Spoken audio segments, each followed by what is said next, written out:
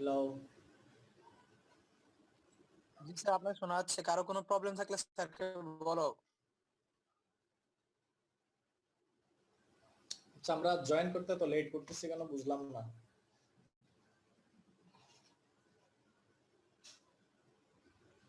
Sir আপনি শুরু করে দেন স্যার।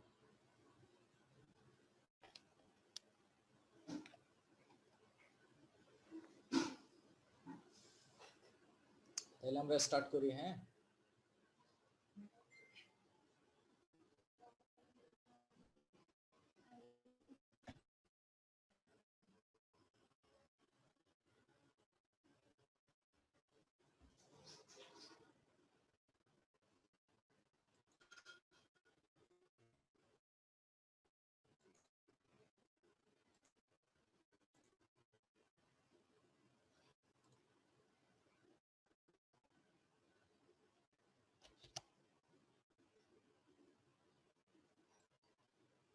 স্লাইড কি দেখা যাচ্ছে?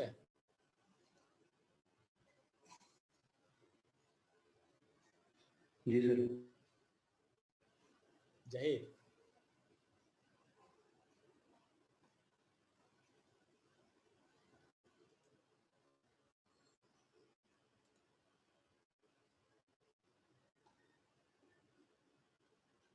জাহিদ, জি স্যার। স্লাইড জি কি স্যার, দেখা স্লাইড যাচ্ছে? দেখা যাচ্ছে। ওকে, আমরা আজকে নতুন একটা টপিক শুরু করব, স্টেডিয়া সার্ভেইং অর টেকিওমেট্রিক সার্ভেইং। তো এই মেথডটাকে কেন স্টেডিয়া বলা হয় বা কেন টেকিওমেট্রিক সার্ভে বলা হয় সেই জিনিসটা একটু দেখবো আমরা। টেকিওমেট্রিক সার্ভেইং বলার কারণ হচ্ছে এখানে স্পেশাল একটা ইনস্ট্রুমেন্ট ইউজ করা হয় যেটার নাম হচ্ছে টেকিওমিটার বা ট্যাকোমিটার। সে কারণে এই সার্ভে মেথডটার নাম হচ্ছে টেকিওমেট্রিক সার্ভেইং। স্টেডিয়া সার্ভেইংটা কেন বলা হয় সেটা আমরা একটু ডেফিনেশন দেখলে ক্লিয়ার হবে। It is the type of survey in which vertical and horizontal distances are cut from stadia readings without using chain or tap. That means এই সার্ভে মেথডে কোনো ধরনের চেইন বা ট্যাপ ইউজ করতে হয় না। ক্ষেত্রে স্টেডিয়া রিডিং ইউজ করার মাধ্যমে দুইটা পয়েন্টের মধ্যে যে কোনো দুইটা পয়েন্টের মধ্যে বা হরাইজন্টাল ডিসটেন্স আমরা বের করতে পারি। এই কারণেই এই সার্ভে মেথডটার নাম হচ্ছে স্টেডিয়া সার্ভেইং। এখানে আমরা চেইন এবং ট্যাপ ইউজ না করে ডিরেক্টলি টেকিওমিটারের হেল্প নিয়ে দুইটা পয়েন্ট বা দুইটা স্টেশন বা দুইটা লোকেশনের মধ্যে আমরা ভার্টিক্যাল এবং হরাইজন্টাল ডিসটেন্সটা ডিরেক্টলি বের করতে পারি। তো সেই কারণে এই survey done by the help of special type of transit theodolite. Tacheometer আরেকটা নাম হচ্ছে ট্রানজিট থিওডোলাইট। এটাও ওয়ান কাইন্ড অফ থিওডোলাইট যেটা দিয়ে আমরা শুধুমাত্র ডিসটেন্স গুলো মেজার করতে পারি, known as tachyometer, and a staff known as stadia rod। এবং এই ক্ষেত্রে একটা স্টাফ যেখানে স্কেলিং করা থাকে, যেটার মাধ্যমে আমরা কোন একটা পয়েন্টের স্পেসিফিক কিছু রিডিং পেয়ে থাকি, যে রিডিং গুলাকে বলা হয় আসলে স্টেডিয়া রিডিং। তো যে স্টাফ থেকে, স্টাফ হচ্ছে একটা ভার্টিক্যাল মেম্বার, এটা আমরা একটু পরেই দেখবো। স্টাফ হচ্ছে একটা ভার্টিক্যাল মেম্বার যেখানে স্কেলিং করা থাকে। তো এই স্টাফ, ওই ভার্টিক্যাল মেম্বার বা স্টাফটাকে বলা হয় স্টেডিয়া রড। এটাকে স্টেডিয়া রড বলার কারণ হচ্ছে কি, এই রড থেকে বা ভার্টিক্যাল মেম্বার থেকে আমরা স্টেডিয়া রিডিং গুলো রিড করতে পারি। Along with the center crosshair, transits are equipped with two additional crosshairs known as stadia hairs। আমরা একটু ডায়াগ্রামটা খেয়াল করার চেষ্টা করি। এখানে এটা একটা ডায়াফ্রাম। ডায়াফ্রাম মিন্স আমরা এই টেকিওমিটারে অনেকটা, এটা আসলে দেখতে ক্যামেরার মতো। তো ক্যামেরার আই পিচ যেখানে থাকে, আই পিচ মিন্স ক্যামেরার যে পোর্শনে বা যে সেগমেন্টে আমরা চোখ রাখি, চোখ রেখে ফোকাসিং করি, ওই পোর্শনটাকে বলা হয় আই পিচ। আই পিচে এরকম একটা ডায়াফ্রাম থাকে, এটার নাম হচ্ছে একটা ডায়াফ্রাম। এই সার্কুলার পোর্শনটা হচ্ছে একটা ডায়াফ্রাম, এটা আই পিচ এর মধ্যে থাকে। আমরা আই পিচটা কোন পজিশনে সেটা আরেকটু পরে আমরা ক্লিয়ার করে নিব। তো এখানে বলা হচ্ছে যেটা along with the center crosshair, এখানে সেন্টার ক্রসহেয়ার বলতে বোঝানো হচ্ছে এই পোরশনটাকে সেন্ট্রাল, যেটা সেন্টার পয়েন্টে থাকবে যে ক্রসহেয়ারটা, এটা আমরা নরমালি ক্যামেরার ক্ষেত্রেও দেখে থাকি এরকম cross hair. Central cross hair with transits are equipped with 2 additional cross hair. এখানে দেখো উপরে একটা ক্রস হেয়ার দেখতে পাচ্ছি, আমি ড্র করে দেখানোর চেষ্টা করতেছি। নিচে একটা ক্রস হেয়ার দেখতে পাচ্ছি। উপরের ক্রস হেয়ারটাকে বলা হচ্ছে আপার স্টেডিয়া হেয়ার, আর নিচের ক্রস হেয়ারটাকে বলা হয় lower stadia hair. That means এখানে আসলে আমরা তিনটা ক্রস হেয়ার দেখতে পাচ্ছি। একটা হচ্ছে আপার স্টেডিয়া হেয়ার, একটা হচ্ছে সেন্ট্রাল ক্রস হেয়ার এবং আরেকটা হচ্ছে লোয়ার স্টেডিয়া হেয়ার। এই তিনটা স্টেডিয়া রিডিং এর মাধ্যমে আমরা দুইটা পয়েন্টের মধ্যে আর্থ সারফেসের উপর যে কোনো দুইটা পয়েন্টের মধ্যে আমরা ভার্টিক্যাল এবং হরাইজন্টাল ডিসটেন্স মেজার করতে পারি। এবং পাশে দেখো এই যে পাশে আরেকটা ডায়াগ্রাম দেখানো হচ্ছে, এখানে ডায়াফ্রামের ভিতর ক্রস হেয়ারটা দেখানোর চেষ্টা করা হচ্ছে। এটা হচ্ছে সেন্ট্রাল ক্রস হেয়ার, এটা হচ্ছে আপার ক্রস হেয়ার, আর এটা হচ্ছে লোয়ার ক্রস হেয়ার বা স্টেডিয়া হেয়ার। এবং দেখো এই যে ডায়াফ্রামটা ফোকাসিং করা হচ্ছে একটা ভার্টিক্যাল স্কেলের উপর। এই ভার্টিক্যাল স্কেলটার নামই হচ্ছে আসলে স্টেডিয়া রড। এবং দেখো এখানে কয়েকটা স্কেলিং করা আছে এভাবে যে আমরা যদি একটু খেয়াল করার চেষ্টা করি, একটা কালো পোরশন, একটা ব্ল্যাক পোরশন আর একটা হোয়াইট পোরশন।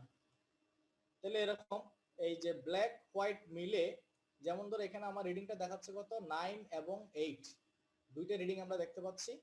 তাহলে 9 এবং 8 এর মধ্যে যে ডিফারেন্সটা, দ্যাট মিন্স 1 মিটার। আমরা যদি এগুলোকে মিটার হিসেবে ধরে নিই, 9 মিটার 8 মিটার, তো এই যে 9 এবং 8 এই দুইটা ডিসটেন্সের মধ্যে ডিফারেন্স হচ্ছে আমার 1 মিটার। তাহলে 1 মিটারের মধ্যে কয়টা দাগ কাটা থাকবে? এরকম ব্ল্যাক হোয়াইট 10টা দাগ কাটা থাকবে, প্রত্যেকটা হচ্ছে 0.1 করে। আমরা যদি একটু খেয়াল করে নিই দেখতে পাবো যে ব্ল্যাক হোয়াইট মিলে 10টা যদি হয় তাহলে আমরা 1 মিটার পাবো।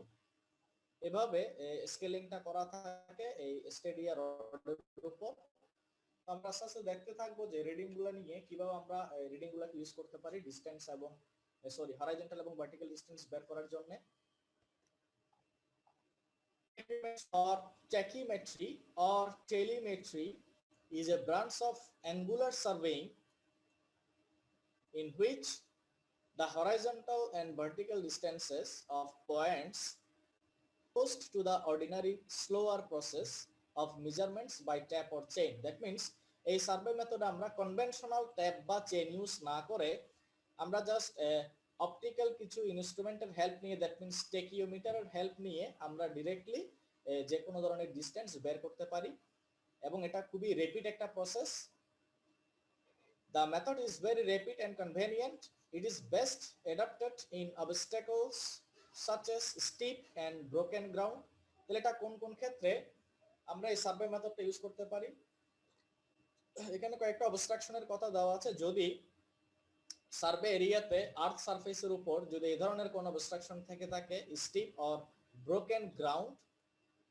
Steep or broken ground means ধরো আমাদের সারফেস প্রোফাইলটা যদি এরকম হয়, হঠাৎ যদি এরকম কোন একটা ব্রোকেন থাকে গ্রাউন্ডের মধ্যে, তো এই ক্ষেত্রে আমরা এই সার্ভে মেথডটা অ্যাপ্লাই করতে পারি। Deep ravines, that means deep valley, ডিপ ভ্যালির ক্ষেত্রেও আমরা ইউজ করতে পারি। দ্যাট মিন্স সার্ভে এরিয়াতে যদি কোনো ডিপ ভ্যালি থাকে তাহলে সেক্ষেত্রে আমরা এই মেথডটা ইউজ করতে পারি। Stretches of water or swamp, যেটাকে আমরা বলি ওয়াটার বডি বা জলাধার বা জলাশয় যদি থাকে, and so on, which make chaining difficult or impossible. That means যেখানে ব্রোকেন গ্রাউন্ড থাকবে, দ্যাট মিন্স গ্রাউন্ডের প্রোফাইলটা যেখানে ইউনিফর্ম থাকবে না বা আন্ডুলেশন থাকবে এক্সেসিভ অ্যামাউন্টে, তো সেক্ষেত্রে দ্যাট মিন্স সেক্ষেত্রে আমরা নর্মাল চেইনিং বা ট্যাপ ইউজ করে আমরা ডিসটেন্স গুলো মেজার করতে পারবো না। সেক্ষেত্রে আমরা এই টেকিওমিটার বা স্টেডিয়া সার্ভিং মেথডের হেল্প নিতে পারি। The primary object of tachyometry is the preparation of contoured maps or plans. Contour map, এই টার্মটা আমরা হয়তো শুনি নাই।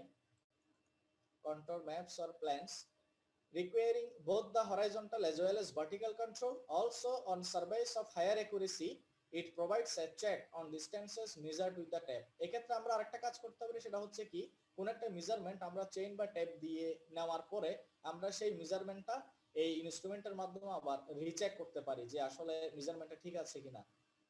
তো এখানে কন্ট্রোল ম্যাপটা আমি একটু বলিনি। কন্ট্রোল ম্যাপটা যদিও বা তোমরা ডিটেইলস পড়বা, এটা আলতাফ স্যার তোমাদের পড়াবে। লেবেলিং এবং কন্ট্রোলিং একটা সার্ভে মেথড আছে, লেবেলিং এন্ড কন্ট্রোলিং। ওই কন্ট্রোলিং এ কন্ট্রোল ম্যাপ সম্পর্কে ডিটেইলস তোমাদের শেখানো হবে। তো কন্ট্রোল ম্যাপ বেসিক্যালি কিছুই না, এটা একটা অনেকটা গ্রিড শেপের একটা ম্যাপ। আমরা যদি একটু সিম্পলি দেখার চেষ্টা করি, এরকম গ্রিড শেপের একটা ম্যাপ।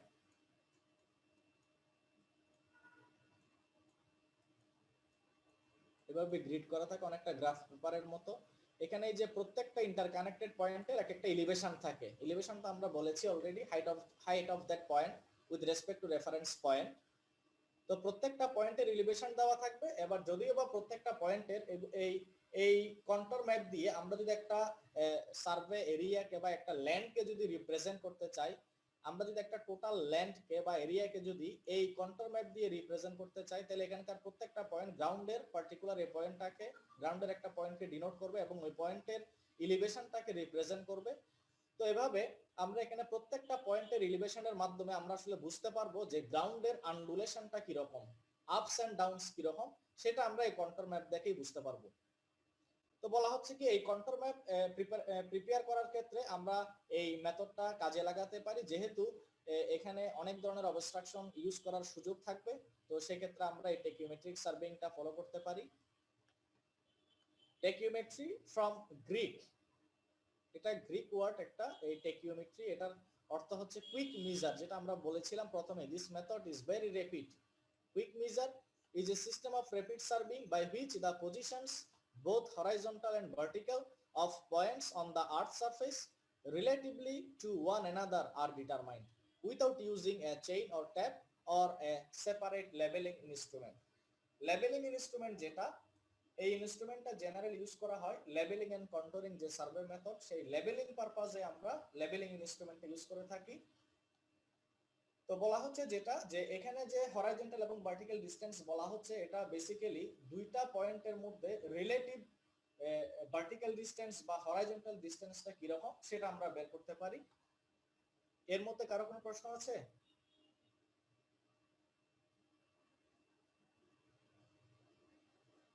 রোল নাম্বার না sir. 4।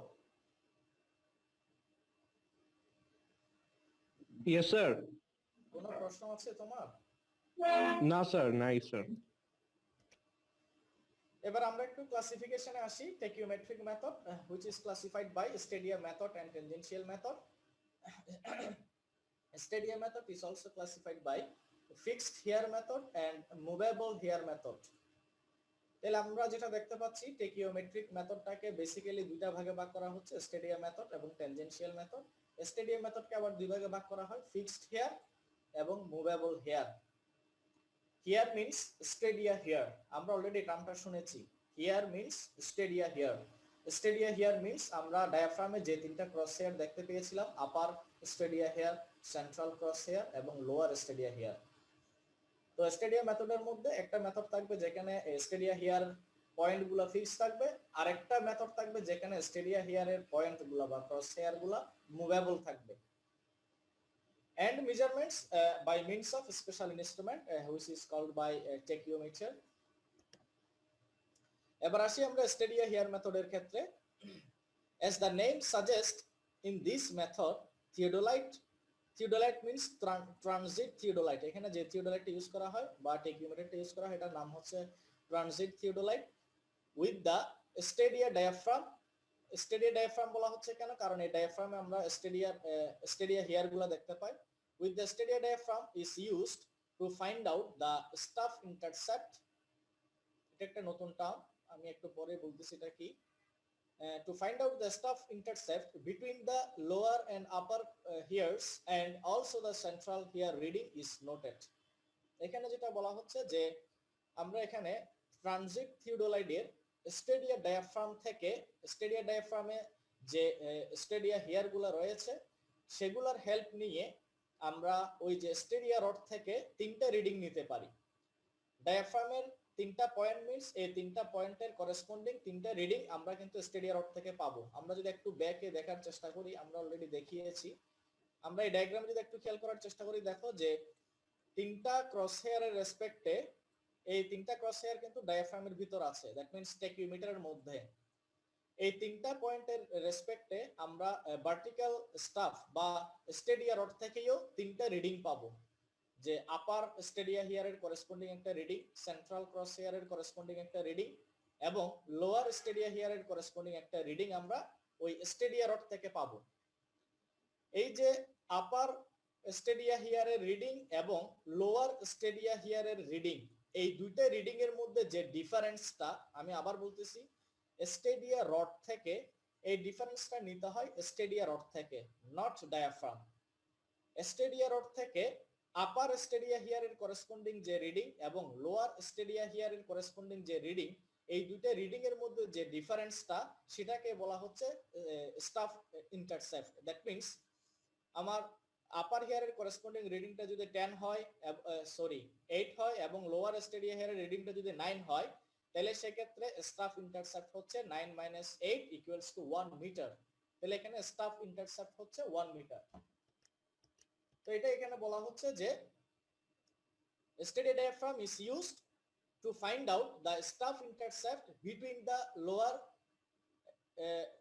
the lower and upper hairs, and also the central hair reading is noted. এবং এই ক্ষেত্রে আমরা ডায়াফ্রামের তিনটা পয়েন্ট, একটা স্টেডিয়া রডে যে তিনটা পয়েন্টকে রিপ্রেজেন্ট করবে সেই তিনটা পয়েন্টে রিডিং নোট ডাউন করতে হয়।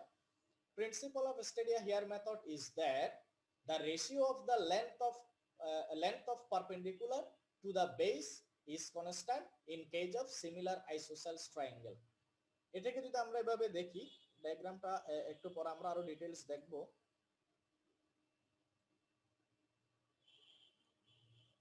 এই অ্যাঙ্গেল দুইটা যদি সেম হয়,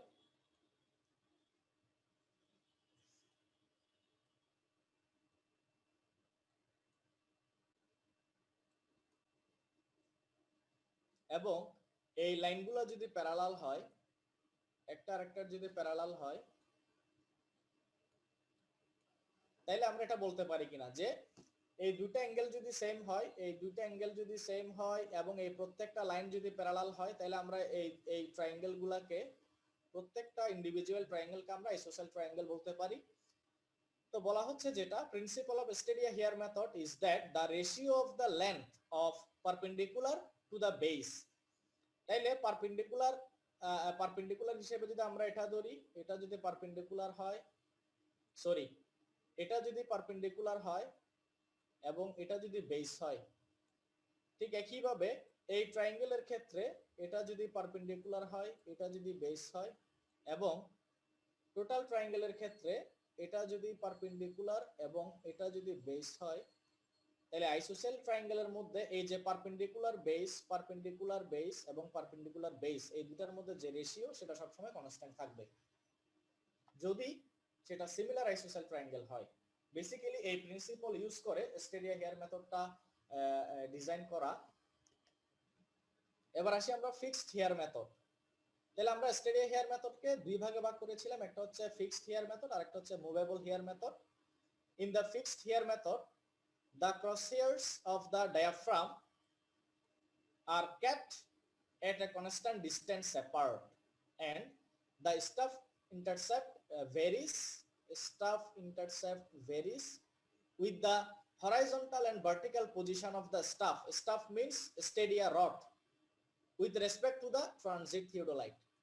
তাহলে এখানে কি বলা হচ্ছে, ফিক্সড হেয়ার মেথডে কোন জিনিসটা ফিক্স থাকবে সেটা হচ্ছে কি, আমরা যেটা ডায়াফ্রাম দেখেছি, ডায়াফ্রামের মধ্যে আপার স্টেডিয়া হেয়ার এবং লোয়ার স্টেডিয়া হেয়ার এবং সেন্ট্রাল ক্রস হেয়ার, এই তিনটা পয়েন্ট সব সময় ফিক্সড থাকবে। That means central cross hair থেকে আপার স্টেডিয়া হেয়ারটা যে ডিসটেন্সে থাকবে, লোয়ার স্টেডিয়া হেয়ারটাও সেম ডিসটেন্সে থাকবে, এবং এই ডিসটেন্সগুলো সব সময় কনস্ট্যান্ট থাকবে। এটা হচ্ছে ফিক্সড হেয়ার মেথডের ক্ষেত্রে। তাইলে ভেরি করবে কোনটা, স্টাফ ইন্টারসেপ্ট। যেটা স্টাফ ইন্টারসেপ্টটা কি ছিল, যে আপার স্টেডিয়া হেয়ার এবং লোয়ার স্টেডিয়া হেয়ারের করেসপন্ডিং যে দুটো রিডিং আমরা স্টেডিয়া রড থেকে পাবো, ওই দুটো রিডিং এর মধ্যে যে ডিফারেন্সটা, যেটাকে আমরা সিম্পলি ক্যাপিটাল এস দিয়ে রিপ্রেজেন্ট করি। স্টাফ ইন্টারসেপ্টকে আমরা জেনারেলি ক্যাপিটাল এস দিয়ে রিপ্রেজেন্ট করি। তাহলে এসটা ভেরি করবে। তাহলে এসটা কিভাবে ভেরি করতে পারে, যেহেতু আমরা এই এস এর ভ্যালুটা পাবো কোথা থেকে, স্টেডিয়া রড থেকে, তাহলে সেক্ষেত্রে ওই স্টেডিয়া রডের পজিশন যদি হরাইজন্টালি ট্রানজিট থিওডোলাইট থেকে যদি কাছে বা দূরে সরাই এবং ট্রানজিট স্টাফ বা স্টেডিয়া রডকে যদি আমরা ভার্টিক্যাল পজিশন ডিরেকশনে যদি আমরা মুভ করাই, দ্যাট মিন্স উপরে বা নিচে, এখানে স্টেডিয়া রডের পজিশনটা দুই ডিরেকশনে চেঞ্জ করা যায়। একটা হচ্ছে ট্রানজিট থিওডোলাইট যে পজিশনে থাকবে ট্রানজিট থিওডোলাইটের থেকে কাছে বা দূরে নিয়ে যাওয়া হরাইজন্টালি, অথবা স্টেডিয়া রডটা আমরা চাইলে আপস এন্ড ডাউনস করতে পারি, যে স্পেসিফিক যে পয়েন্টে থাকবে সেই পয়েন্ট থেকে উপরে বা নিচে। এই দুই ধরনের বা দুই ডিরেকশনে পজিশন চেঞ্জ করার কারণে এই স্টাফ ইন্টারসেপ্টটাও কি হয়ে যাবে, চেঞ্জ হয়ে যাবে, যেটা আমরা একটু পরে ডায়াগ্রাম থেকে বোঝার চেষ্টা করব। তো fixed hair method ups and down করলে তো, হ্যাঁ বলো, আপস এন্ড ডাউন করলে তো ডিফারেন্সটা সেমই থাকবে, যদি সেম থাকবে না সেটা আমরা বললামই তো, আমরা একটু পরে কয়েকটা যখন एग्जांपल দেখব তখন ক্লিয়ার হবে। এটা ডিপেন্ড করে লাইন অফ সাইট, তো আমরা পরে আসছি না, line of site, G sir, ওই যে ট্রায়াঙ্গুলেশনে মনে আছে লাইন অফ সাইট দুইটা স্টেশনের মধ্যে, জি স্যার, এই লাইন অফ সাইট যখন ভার্টিক্যাল হয়, লাইন অফ সাইটটা অনেক সময় ভার্টিক্যাল হতে পারে, সরি হরাইজন্টাল হতে পারে, দ্যাট মিন্স আমি যদি একটু এভাবে দেখাই, লাইন অফ সাইটটা এভাবে হতে পারে হরাইজন্টাল, অথবা লাইন অফ সাইটটা কিন্তু ইনক্লাইন্ড হইতে পারে, inclined upward or inclined downward. এই যে আপওয়ার্ড আর ডাউনওয়ার্ড যখন হয় তখন কিন্তু স্টাফ ইন্টারসেপ্ট চেঞ্জ হয়ে যায়।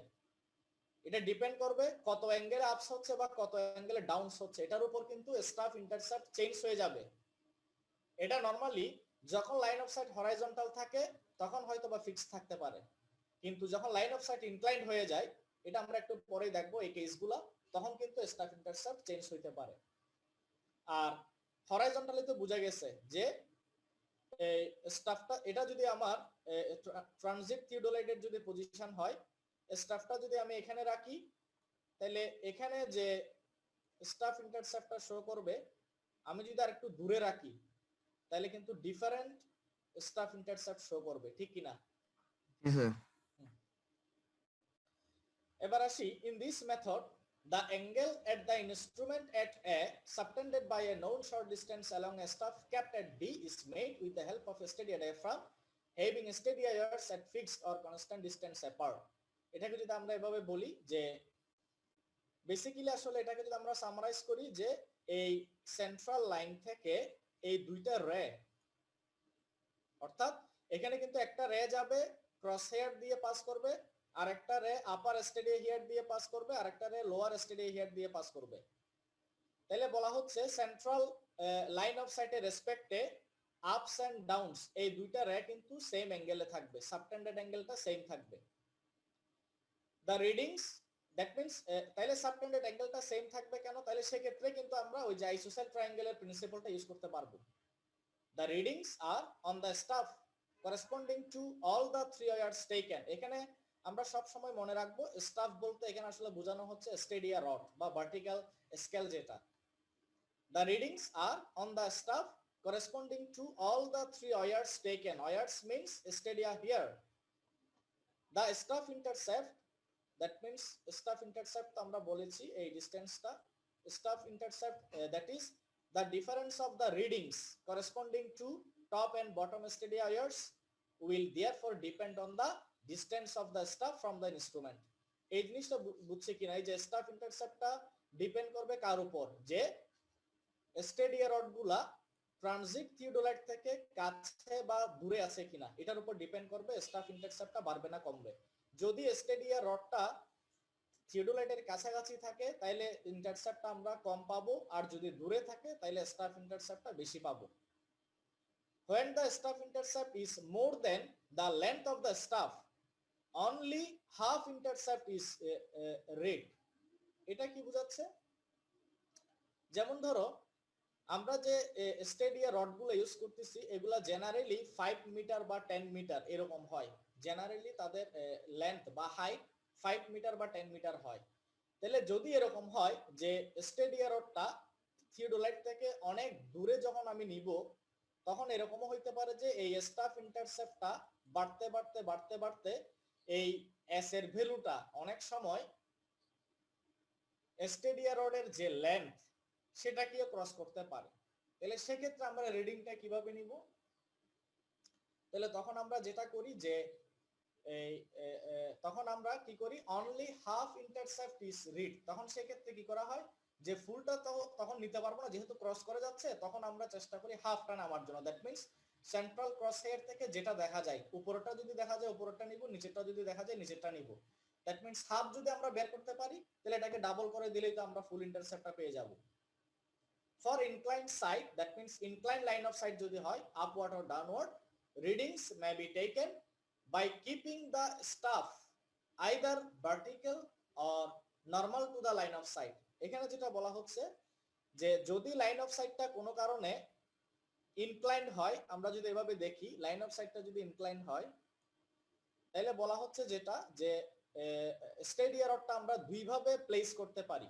একটা হচ্ছে গ্রাউন্ডের সাথে পিওর ভার্টিক্যাল, আবার আরেকটা হচ্ছে কি লাইন অফ সাইটের সাথে normal position, that means vertical. এটা কি বোঝা গেছে কিনা? যখন লাইন অফ সাইট ইনক্লাইন্ড হবে, সেটা আপওয়ার্ড বা ডাউনওয়ার্ড হইতেই পারে, সেক্ষেত্রে আমরা স্টেডিয়া রডকে প্লেস করতে পারি দুইভাবে। একটা হচ্ছে গ্রাউন্ডের সাথে পারপেন্ডিকুলার, আর একটা হচ্ছে এই ইনক্লাইন্ড লাইন অফ সাইটের সাথে পারপেন্ডিকুলার। এই দুই পজিশনে আমরা কি করতে পারি, স্টেডিয়া রডটাকে ধরতে পারি বা প্লেস করতে পারি। এবার আসি মুভেবল হেয়ার মেথড, আর এটার আরেকটা নাম হচ্ছে subtense method. In this method the staff intercept between the lower hair and the upper hair is kept constant by moving the horizontal crosshairs in the vertical plane। তাহলে এখানে বলা হচ্ছে কি movable hair method. তাহলে এখানে stadium hair গুলো move করবে কার রেসপেক্টে, সেটা এখানে বলা হচ্ছে যে the lower hair and upper hair is kept constant by moving the horizontal crosshair in the vertical plane। তাইলে আমরা যেটা ডায়াফ্রাম দেখেছিলাম, এটা crosshair ছিল, এটা আপার স্টেডিয়া হেয়ার, এটা লোয়ার স্টেডিয়া হেয়ার ছিল এভাবে। তো বলা হচ্ছে যেটা যে the intercept between the lower hair and the upper hair is kept constant। তাইলে এই স্টাফ ইন্টারসেপ্টটা কোথাকার? এটা কি ডায়াফ্রামের নাকি স্টেডিয়া রডের? স্টেডিয়া রডে। হ্যাঁ, তো যেহেতু বলা হচ্ছে কি স্টেডিয়া রডের যেটা স্টাফ ইন্টারসেপ্ট, এখানে যেটা স্টাফ ইন্টারসেপ্ট পাবো এই তিনটা পয়েন্টের করেসপন্ডিং এই ডিসটেন্সটা ফিক্স থাকবে। আর তাইলে এখানে কনস্ট্যান্ট থাকবে কোনটা বা ফিক্স থাকবে, সরি মুভেবল হবে কোনটা বা ভেরিয়েবল হবে কোনটা, সেটা হচ্ছে কি এই যে বলা হচ্ছে কি by moving the horizontal crosshairs in the vertical plane. এই যে ভার্টিক্যাল প্লেন, এই ভার্টিক্যাল প্লেনে যদি আমরা এই সেন্ট্রাল ক্রসহেয়ারটাকে মুভ করি either upward or downward in the vertical plane, তাহলে এটাকে যদি আমরা আপওয়ার্ড বা ডাউনওয়ার্ড মুভ করি তাহলে সাথে সাথে এই দুইটা পয়েন্টও কিন্তু ডিসপ্লেস হবে সেম পরিমাণ। আমরা এটাকে যদি সেন্ট্রাল ক্রসহেয়ারকে যদি একটু উপরের দিকে প্লেস করি, তাইলে আগে যে ডিসটেন্সটা ছিল ওই ডিসটেন্স মেনটেন করে এটা একটু শিফট করবে এবং এটাও একটু শিফট করবে। এটা আসলে দুইভাবে হইতে পারে। আমরা এই ক্রসহেয়ারটাকে যদি আবার নিচের দিকে নিই তাহলে ঠিক একইভাবে সবসময় কনস্ট্যান্ট হাইট মেনটেন করে সেগুলা কমবে। যদি কমে কনস্ট্যান্ট হাইট মেনটেন করে কমবে। আমরা যদি সেন্ট্রাল ক্রসহেয়ারটা উপরে বা নিচে নামাই, ধরো ডিসটেন্সটা কমে গেল, আমরা যদি ধরে নিই দ্যাট মিন্স এখানকার যে ডিসটেন্স ডায়াফ্রামের মধ্যে যে ডিসটেন্স সেটা ধরো কমে গেল, কমলেও এই যে সেন্ট্রাল ক্রসহেয়ার যেখানে থাকবে সেন্ট্রাল ক্রসহেয়ারের রেসপেক্টে আপার স্টেডিয়া হেয়ার যে ডিসটেন্সে থাকবে লোয়ার স্টেডিয়া হেয়ারটাও ঠিক সেম ডিসটেন্সে থাকবে। আবার যদি এরকম কেস হয় যে ওই ডায়াফ্রামের মধ্যে দুইটা স্টেডিয়া হেয়ারের মধ্যে ডিসটেন্সটা বেড়ে গেছে সেন্ট্রাল ক্রসহেয়ারের মুভমেন্টের কারণে, তাহলে সেক্ষেত্রেও এই সেন্ট্রাল ক্রসহেয়ার থেকে আপার স্টেডিয়া হেয়ার যে ডিসটেন্সে থাকবে লোয়ার স্টেডিয়া হেয়ারও ঠিক সেম ডিসটেন্সে থাকবে। তাহলে দেখো এখানে আসলে বেরিটা হচ্ছে কিভাবে, এই যে সেন্ট্রাল ক্রসহেয়ারের মুভমেন্টের মাধ্যমে এই যে আপার এবং লোয়ার স্টেডিয়া হেয়ারের ডিসটেন্সটা কিন্তু চেঞ্জ হয়ে যাচ্ছে। এই কারণে এটাকে বলা হচ্ছে movable here method or subtense method. This method is similar to the fixed here method except that the stadia interval is variable. এবার আরেকটা টার্ম বলি, স্টাফ ইন্টারসেপ্ট। এই টার্মটা আমরা ইউজ করে থাকি স্টেডিয়া রডের ক্ষেত্রে। আর ডায়াফ্রামের ভিতরে আপার স্টেডিয়া হিয়ার এবং লোয়ার স্টেডিয়া হিয়ার, এই দুইটার যে ডিফারেন্স, এই ডিফারেন্সটাকে আমরা রিপ্রেজেন্ট করি স্টেডিয়া ইন্টারভ্যাল দিয়ে। মনে থাকবে স্যার ইন্টারসেপ্টও তো ডিফারেন্স ছিল। হ্যাঁ, ডিফারেন্সটা কোথাকার? স্টাফ রডের ছিল। স্টাফ রড থেকে পাচ্ছি, ঠিক আছে। আর স্টেডিয়া ইন্টারভ্যালটা কোথাকার? এটা কোথাও তা তো জানি না স্যার। এই যে এতক্ষণ কি বললাম আমি, এটা তো ডায়াফ্রাম। এই ডায়াফ্রামটা থাকবে কোথায়? টেকিওমিটারে, দ্যাট মিন্স ক্যামেরার মধ্যে। তো ক্যামেরার কোন পজিশনে থাকে সেটা আমরা একটু পরে দেখব। তো এই যে ডায়াফ্রামটা, এটা কিন্তু বেসিক্যালি থাকে টেকিওমিটারের মধ্যে, যে ডিভাইসটা আমরা ইউজ করতেছি ফোকাসিং এর জন্য, ওই ডিভাইসের মধ্যে। ওখানেও ঠিক এই যে তিনটা ক্রস হেয়ার থাকবে বা স্টেডিয়া হেয়ার, যে কারণে এই মেথডটার নাম স্টেডিয়া সাবিং। এই যে এই দুইটা উপরের আপার স্টেডিয়া হেয়ার এবং নিচের লোয়ার স্টেডিয়া হেয়ার, এই দুইটা হেয়ারের মধ্যে যে ডিফারেন্সটা, এটা কিন্তু ডায়াফ্রামের ভিতর যে ডিফারেন্সটা, সেটাকে বলা হচ্ছে স্টেডিয়া ইন্টারভ্যাল। এখন কি বুঝা গেছে? জি স্যার, এখন বুঝছি। হ্যাঁ, তো বলা হচ্ছে যেটা মুভেবল হিয়ার মেথডে এই স্টেডিয়া ইন্টারভ্যালটা চেঞ্জ হবে, কিন্তু স্টাফ ইন্টারসেপ্টটা কি থাকবে? ফিক্স থাকবে। আর ফিক্সড হিয়ার মেথডে কি ছিল বলতে পারবা কেউ? ফিক্সড হিয়ার মেথডে কি ছিল? স্টাফ ইন্টারসেপ্টটা আর কি চেঞ্জ, স্টাফ ইন্টারসেপ্টটা চেঞ্জ হবে, কিন্তু স্টুডিও ইন্টারভ্যালটা আমাদের কনস্ট্যান্ট ছিল। হ্যাঁ, স্টেডিয়া ইন্টারভ্যালটা কনস্ট্যান্ট থাকবে, জাস্ট একটা আরেকটার opposite. Suitable arrangement is made to vary the distance between the stadia here as to set them against the two targets on the staff kept at the point under observation. তো এখানে যেটা বলা হচ্ছে যে এখানে আসলে এই ট্রানজিট থিওডোলাইট বা টেকিওমিটারের মধ্যে অ্যারেঞ্জমেন্টটা এভাবে করা হয় যাতে করে আমরা সেন্ট্রাল ক্রসহেয়ারকে মুভ করতে পারি। তাহলে সেন্ট্রাল ক্রসহেয়ারকে যদি আমরা মুভ করি, এমন ভাবে মুভ করতে হবে যাতে করে, তাহলে এখন প্রশ্ন হচ্ছে এই যে ডায়াফ্রামের মধ্যে সেন্ট্রাল ক্রসহেয়ারকে আমরা কতটুকু মুভ করব, আপস এন্ড ডাউনস কতটুকু মুভ করব, সেটা ডিপেন্ড করবে আমরা যে স্টেডিয়া রড থেকে অবজারভেশন নিব বা রিডিং গুলো নিব, ওই স্টেডিয়া রডে দুইটা টার্গেট পয়েন্ট ফিক্স করতে হবে, দুইটা টার্গেট পয়েন্ট ফিক্স করতে হবে। তাহলে ধরো আমি এখানে এই স্টেডিয়া রড থেকে উপরের এই পয়েন্টটা এবং নিচের এই পয়েন্টটা টার্গেট করলাম, করার পর এবার ডায়াফ্রামে সেন্ট্রাল ক্রসহেয়ারকে আমি এমন ভাবে মুভমেন্ট করাবো যাতে করে এই ডায়াফ্রামের মধ্যে আপার ক্রসহেয়ারটা স্টেডিয়া রডের আপার টার্গেটকে ফোকাস করবে এবং ডায়াফ্রামের লোয়ার স্টেডিয়া হেয়ারটা স্টেডিয়া রডের লোয়ার টার্গেট পয়েন্টটাকে ফোকাস করবে। তাহলে এভাবেই আমরা এই যে টার্গেট পয়েন্ট দুইটা ডিসটেন্সটাকে ফিক্স রেখে ডায়াফ্রামে সেন্ট্রাল ক্রসহেয়ারের মুভমেন্টের মাধ্যমে আমরা স্টেডিয়া ইন্টারভালটা সেট করতে পারি। এটাই বলা হচ্ছে এখানে। Thus, in this case, the staff intercept, that means the distance between the two targets is kept fixed, while the steady interval, that is the distance between the steady here, is variable. বুঝা গেছে এখন?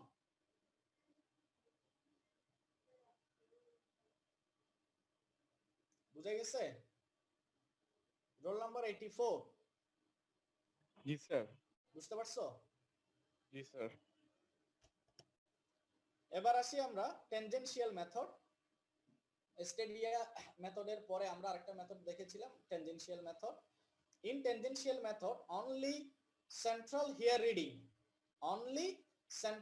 Reading is noted down and generally two angular observations are taken to calculate the horizontal and vertical distance. তাহলে এখানে কি করতে হবে? Tangential মেথডে শুধুমাত্র সেন্ট্রাল ক্রস হেয়ারের করেসপন্ডিং যে রিডিংটা আমরা স্টেডিয়া রড থেকে পাবো শুধুমাত্র সেটাই নিতে হবে, এবং এখানে এডিশনাল যেটা লাগবে সেটা হচ্ছে দুইটা অ্যাঙ্গুলার অবজারভেশন লাগবে, অ্যাঙ্গুলার মেজারমেন্ট নিতে হবে। সেগুলা কি কি আমরা দেখতেছি একটু পরে। In this method the stadia hairs are not used. Stadia hair means upper stadia hair এবং lower stadia hair এর corresponding reading গুলো নিতে হয় না.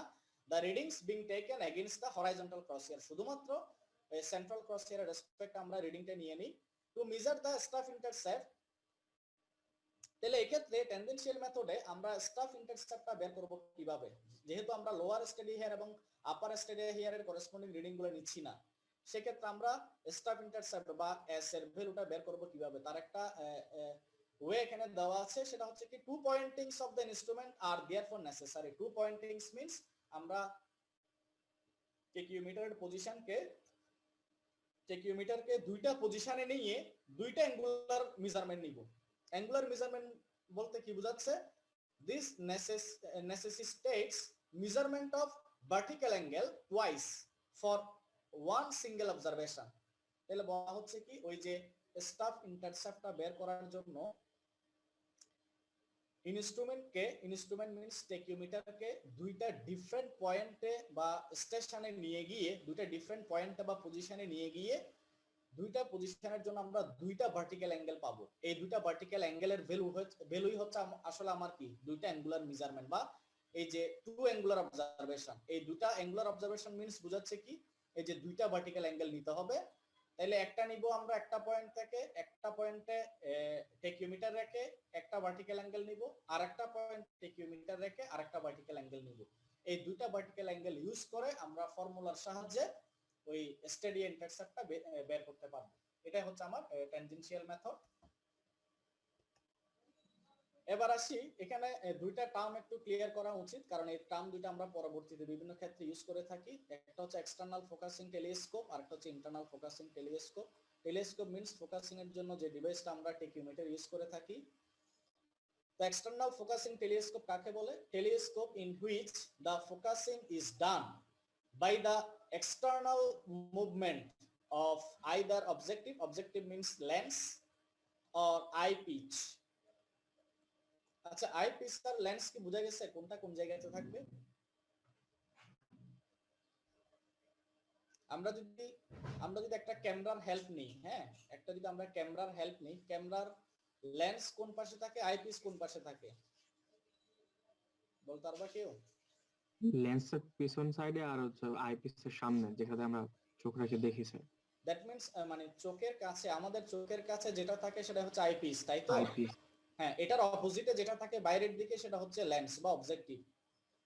তাহলে বলা হচ্ছে কি যে এই যে লেন্স এবং আইপিসের এক্সটার্নাল মুভমেন্টের মাধ্যমে যে টেলিস্কোপে ফোকাসিং করা যায় সেই টেলিস্কোপটাকে বলা হয় এক্সটার্নাল ফোকাসিং টেলিস্কোপ.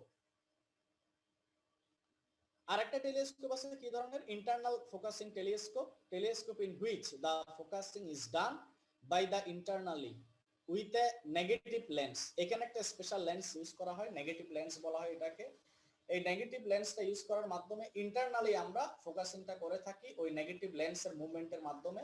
এই ধরনের টেলিস্কোপগুলোকে বলা হয় ইন্টারনাল ফোকাসিং টেলিস্কোপ. মানে কি স্যার এটা অটোমেটিক ফোকাস করবে? আর একটু বলো, আমি শুনতে পাচ্ছি না.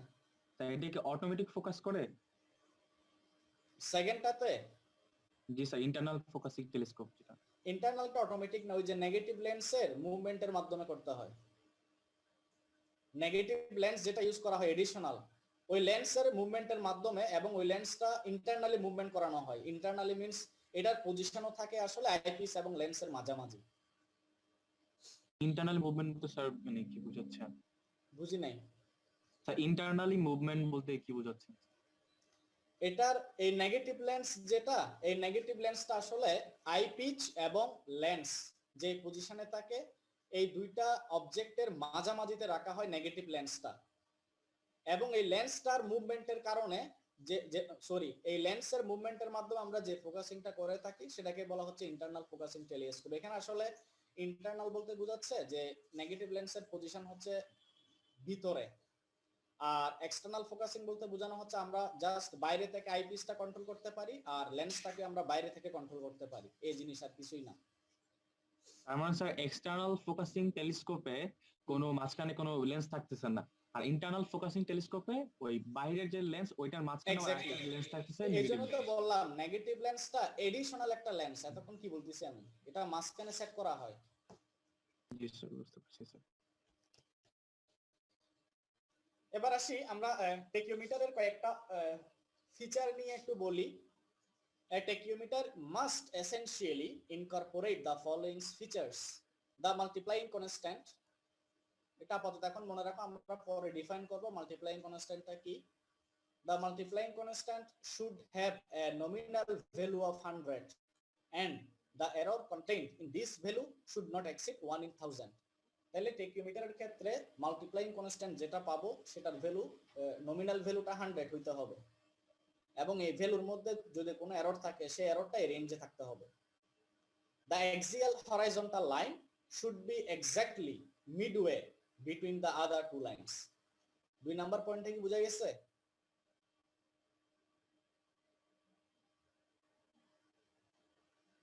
দুই নাম্বার পয়েন্টটা কি বোঝা গেছে? না স্যার। আমরা যদি আইসোসেল ট্রায়াঙ্গেল করতে যাই, হ্যাঁ, এই অ্যাঙ্গেল এবং এই অ্যাঙ্গেল দুটো সেম হইতে হবে না? জি স্যার। হ্যাঁ, তাহলে সেক্ষেত্রে দেখো এই হরাইজন্টাল এক্সিয়াল লাইন থেকে উপরের লাইনটা যে অ্যাঙ্গেলে আছে নিচের লাইনটাও কিন্তু সেই অ্যাঙ্গেলেই আছে, তাই তো? তাহলে সেন্ট্রাল বা এক্সিয়াল হরাইজন্টাল লাইনটা কিন্তু এক্স্যাক্টলি মিড পজিশনে আছে এই দুইটা লাইনের, ঠিক কি না? জি sir. The telescope should be truly analectic.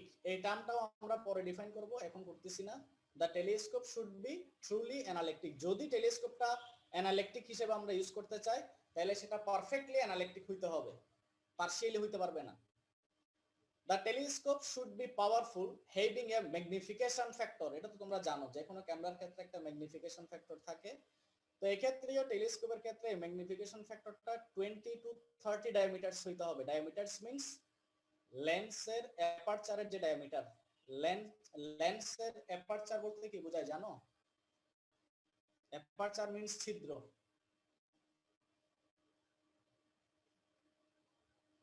বলতে পারবা কেউ? লেন্সের অ্যাপারচার বলতে কি বোঝায়?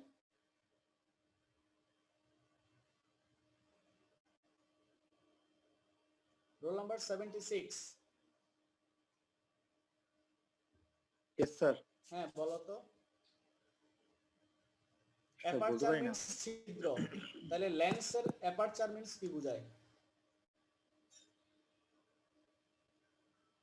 আচ্ছা, আমরা যখন ফোকাস করি লেন্সে খেয়াল করে দেখবা যে আমরা যখন লেন্স বরাবর ফোকাসিংটা করি তাহলে লেন্সের মধ্যে একটা হোল দেখা যায় না, যে হোল দিয়ে আমরা অবজেক্টটা দেখতে পাই? জি স্যার, একটা হোল দেখা যায়। হ্যাঁ, ওই হোল তো একটা ডায়ামিটার মেইনটেইন করে, তাই না? That G, means sir. লেন্সের মধ্যে যেটা ইফেক্টিভ এরিয়া, যে ইফেক্টিভ এরিয়া বা ডায়ামিটার দিয়ে আমরা অবজেক্টটা দেখতে পাই, ওই অ্যাপারচার যেটা বা ছিদ্র যেটা, ওই অ্যাপারচারের ডায়ামিটারের 20 to 30 টাইমস হইতে হবে ম্যাগনিফিকেশন ফ্যাক্টর টেলিস্কোপের ক্ষেত্রে। আরো কয়েকটা ইনফরমেশন দেওয়া আছে। The aperture of the objective should be 35 to 45 millimetre in diameter. Objective means lens. লেন্সের অ্যাপারচার বা ছিদ্র যেটা দিয়ে আমরা ফোকাসিং করি, ওই ছিদ্রটা should be 35 to 45 millimeter in diameter to have a sufficiently bright image. For small distances, say up to 100 meters. Small distance বলতে 100 metre বোঝাচ্ছে। Ordinary leveling staff may be used. Ordinary leveling staff বলতে এটাও একটা vertical scale. এটা আমরা generally use করে থাকি leveling এবং কন্টুরিং যে সার্ভে মেথড, ওখানে আমরা এই লেভেলিং স্টাফ বা ভার্টিক্যাল স্কেলটা ইউজ করে থাকি। তো এটা এই লেভেলিং স্টাফটা আমরা স্টেডিয়া সার্ভিং ইউজ করতে পারি যদি সেটা স্মল ডিসটেন্সে হয়। দ্যাট মিন্স 100 মিটার যদি হয়, দুটা অবজেক্টের বা দুটা পয়েন্টের মধ্যে distance. For greater distances stadia rod may be used. Greater ডিসটেন্সের ক্ষেত্রে that means distance greater than 100 metre যদি হয় সেক্ষেত্রে আমরা ভার্টিক্যাল স্কেল হিসেবে স্টেডিয়া রডটাকে চুজ করতে পারি। A stadia rod is usually for one piece, usually of one pitch, having 3 to 5 meters length.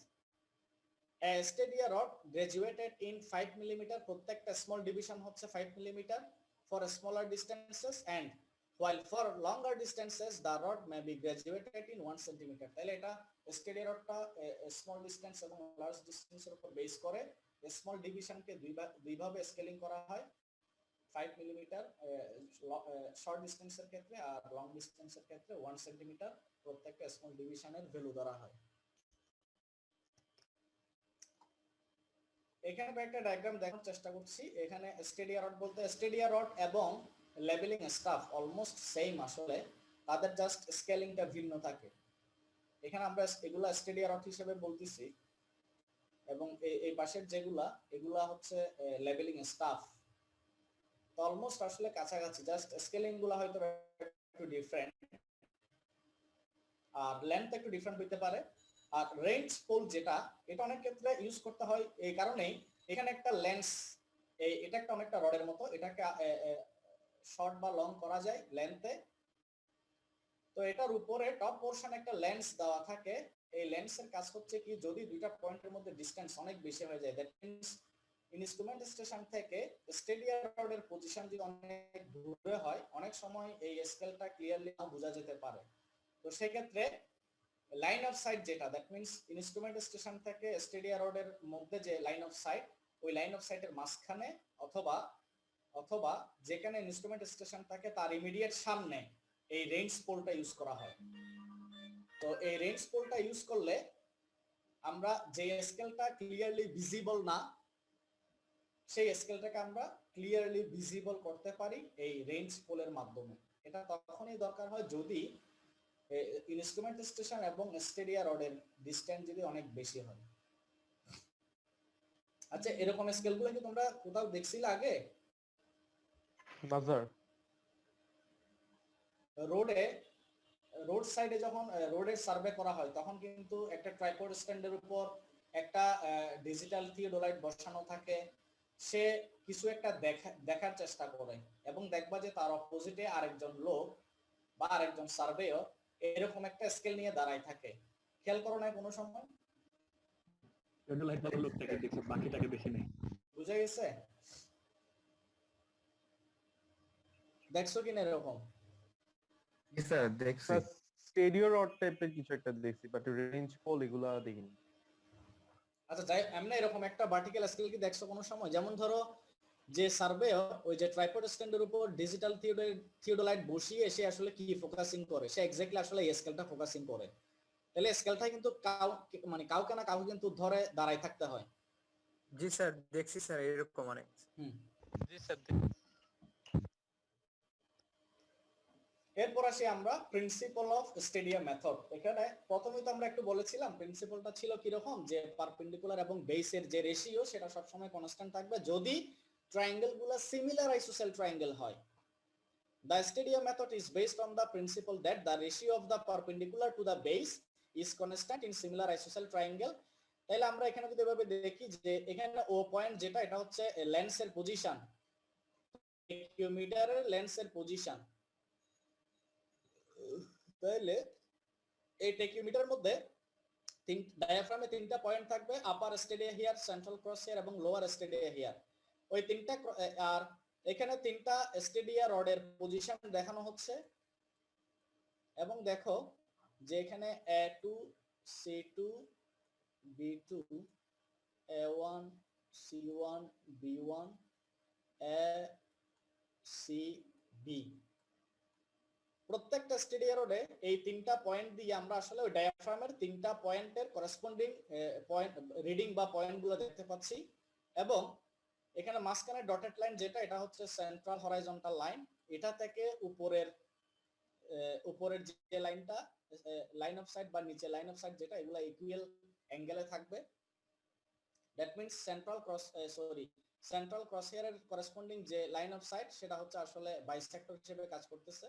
তো আমরা যদি ইন্ডিভিজুয়াল ট্রায়াঙ্গেল হিসেবে ধরে নিই যে A2 O B2 A1 O B1 A O B, এই তিনটা সিমিলার আইসোসেল ট্রায়াঙ্গেলে আমরা এই প্রিন্সিপলটা ইউজ করতে পারি এভাবে যে OC2 হচ্ছে আমার পারপেন্ডিকুলার আর A2 B2 হচ্ছে বেস। আমরা জাস্ট ডায়াগ্রামটাকে উল্টিয়ে এভাবে বোঝার চেষ্টা করি, তাহলে ক্লিয়ার হবে।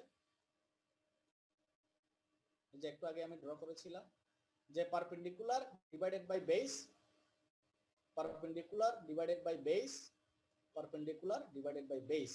এই যে তিনটা রেশিও, এটাকে আমরা একটা কনস্ট্যান্ট দিয়ে নাম দিতে পারি, সেটা হচ্ছে কে।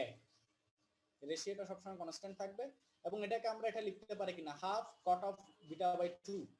এখানে টোটাল অ্যাঙ্গেলটা যদি বিটা হয় তাহলে যে হাফ অ্যাঙ্গেল বিটা বাই 2 এটাও হচ্ছে বিটা বাই 2। তাহলে আমরা এই রেশিও দ্যাট মিন্স এই যে perpendicular divided by base equals to half of cot beta by 2 লিখতে পারি কিনা।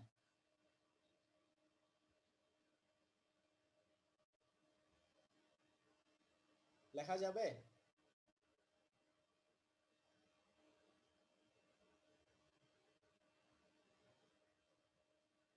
Number 70 ji sir. Half of cot beta by 2 লেখা যাবে? জি স্যার যাবে। বুঝতে পারছো এটা নাকি আন্দাজে বলতেছো? জি স্যার বুঝছি, যেহেতু ও স্যার আমি এবি লিখছি, লিখতে পারছি। এখানে যে কোনো একটা ট্রায়াঙ্গেল থেকে এটা নিতে পারবো, সমস্যা নাই। প্রত্যেক ট্রায়াঙ্গেলের বিটা বাই 2 কিন্তু same. G sir. This constant k entirely depends upon the magnitude of the angle beta, তাই তো? এই কনস্ট্যান্ট k টা ডিপেন্ড করবে আসলে এই বিটা অ্যাঙ্গেলের উপর। In actual practice, observations may be made with either horizontal line of sight or with inclined line of sight, যেটা আমরা একটু আগেই বলেছি। যেমন ধরো এই অবজারভেশনের ক্ষেত্রে লাইন অফ সাইট হচ্ছে আসলে কি বলো তো? এই অবজারভেশনের লাইন অফ সাইট কি, যে ডায়াগ্রামটা দেখানো আছে?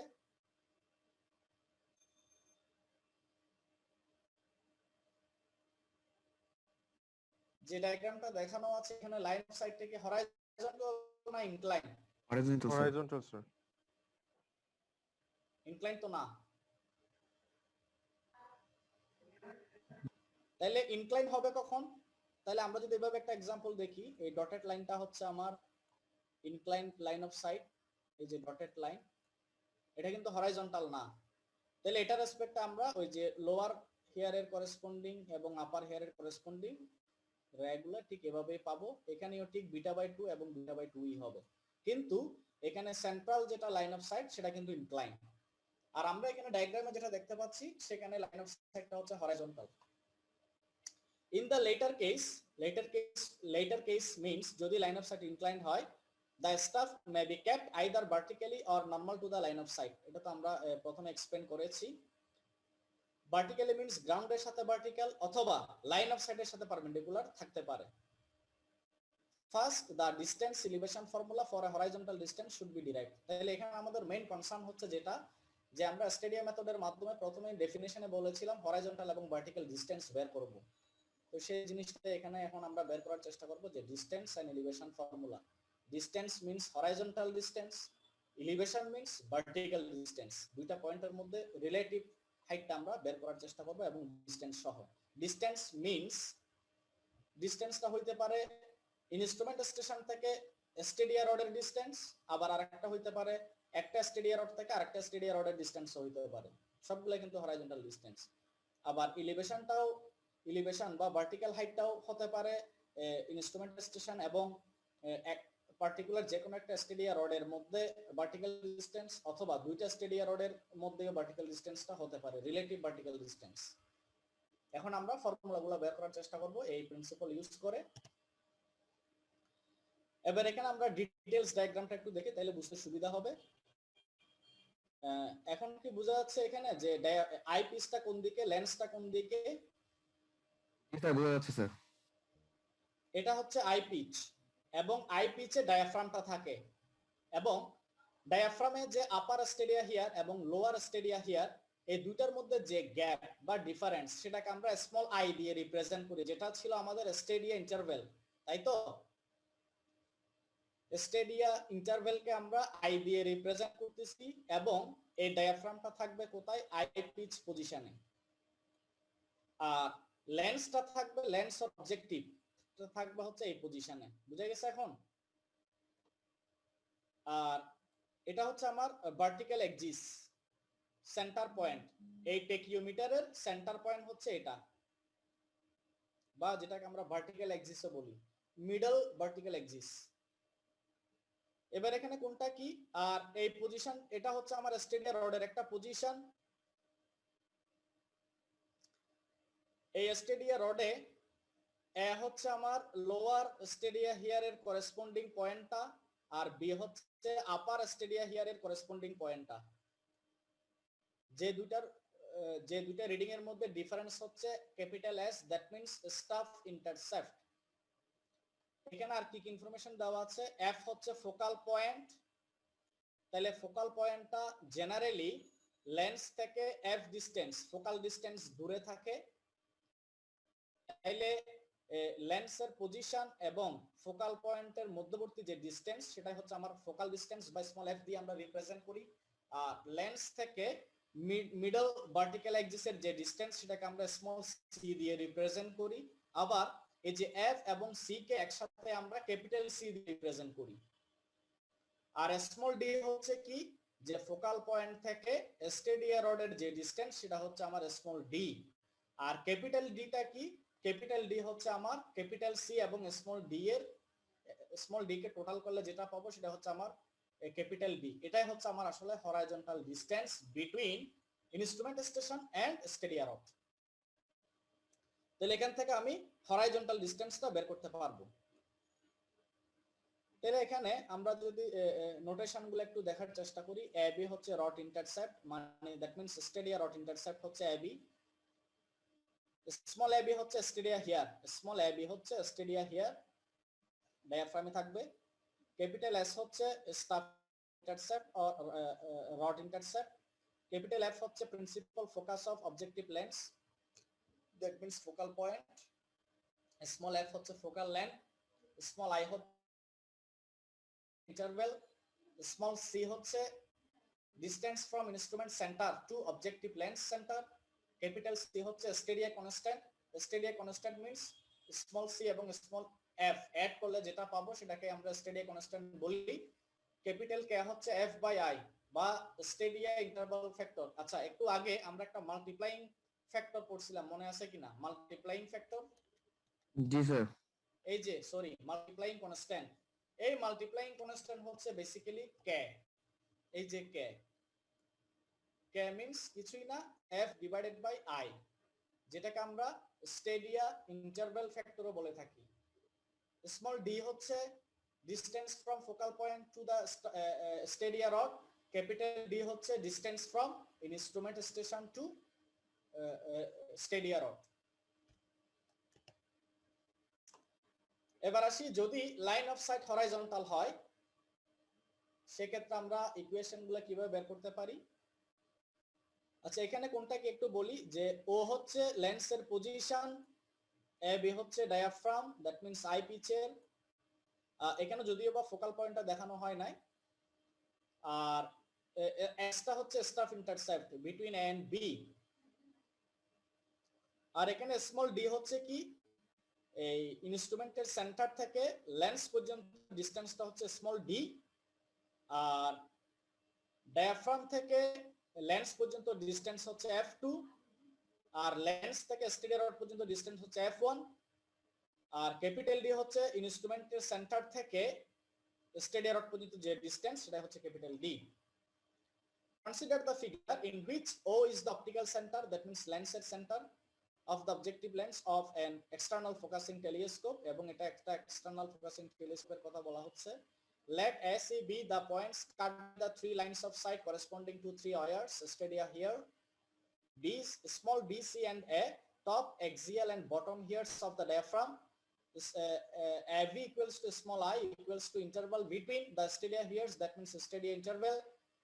Capital AV equals to S equals to staff intercept. Small f equals to focal length of the objective, যদিও এখানে f টা দেখানো হয় নাই। আর f1 টা হচ্ছে কি, f1 টা হচ্ছে অপটিক্যাল সেন্টার থেকে স্টেডিয়া রড পর্যন্ত ডিসটেন্স। f2 টা হচ্ছে কি আইপিস থেকে বা ডায়াফ্রাম থেকে অবজেক্টিভ লেন্স বা অপটিক্যাল সেন্টার পর্যন্ত যে ডিসটেন্স। স্মল ডি টা হচ্ছে ইনস্ট্রুমেন্টের সেন্টার থেকে লেন্স পর্যন্ত যে ডিসটেন্স। ক্যাপিটাল ডি হচ্ছে ইনস্ট্রুমেন্টের সেন্টার থেকে স্টেডিয়া রড পর্যন্ত যে ডিসটেন্স। ক্যাপিটাল এম হচ্ছে আমার vertical axis of the instrument or middle vertical axis of the instrument or centre point of the instrument. Since the rays BOB and AOA pass through the optical center, তাহলে BOB AOA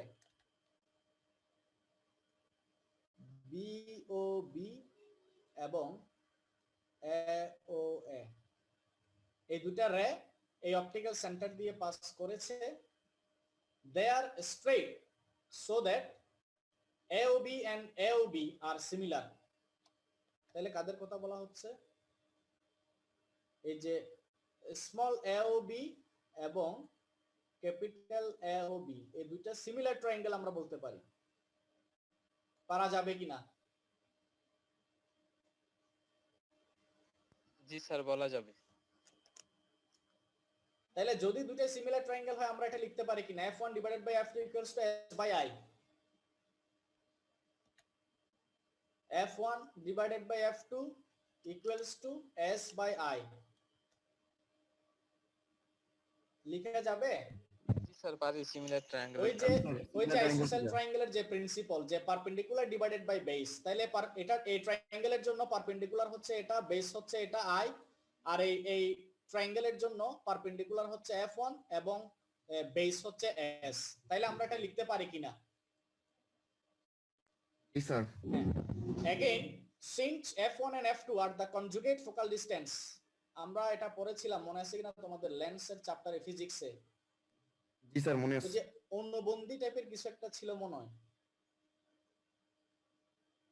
We have from lens formula, এই ফর্মুলাটা আমরা ওই লেন্সের যেটা chapter আমরা পড়েছিলাম ওখান থেকে আমরা এটা ডাইরেক্টলি লিখতে পারি 1/f equals to 1/f2 plus 1/f1।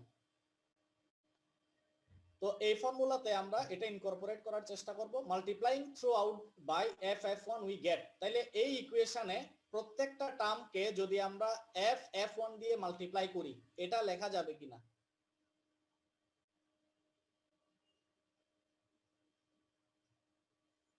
G sir যাবে। Substituting the values of this in the above means এই ইকুয়েশনে যদি আমরা বসাই তাহলে আমরা এটা পাবো কিনা?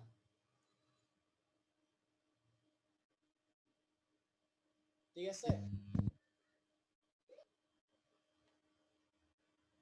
বুঝা গেছে কিনা? জি স্যার এ পর্যন্ত বোঝা গেছে। হ্যাঁ, horizontal distance between the axis means ইনস্ট্রুমেন্টের যেটা সেন্টার পয়েন্ট বা ভার্টিক্যাল অ্যাক্সিস যেটাকে বলি মিডল ভার্টিক্যাল অ্যাক্সিস বা সেন্টার পয়েন্ট, ওই সেন্টার পয়েন্ট থেকে স্টেডিয়া রড পর্যন্ত যে ডিসটেন্স সেটাকে বলা হচ্ছে horizontal distance, which is represented by d equals to f1 plus d। তাহলে এখানে দেখি এই ডায়াগ্রাম থেকে, তাহলে ক্যাপিটাল ডি মিন্স আমরা এটা লিখতে পারি না, ক্যাপিটাল ডি ইকুয়ালস টু এই যে f1 এবং f1 প্লাস d লেখা যায়? জি স্যার লেখা যায়। তাইলে f1 তো আমরা জানি, এখানে বের করা আছে অলরেডি, f1 আমরা জানি আর সাথে অ্যাড হবে কে স্মল d টা।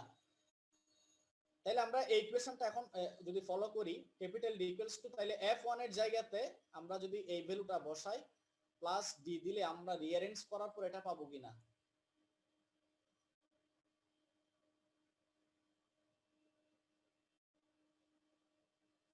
এটা পাবো?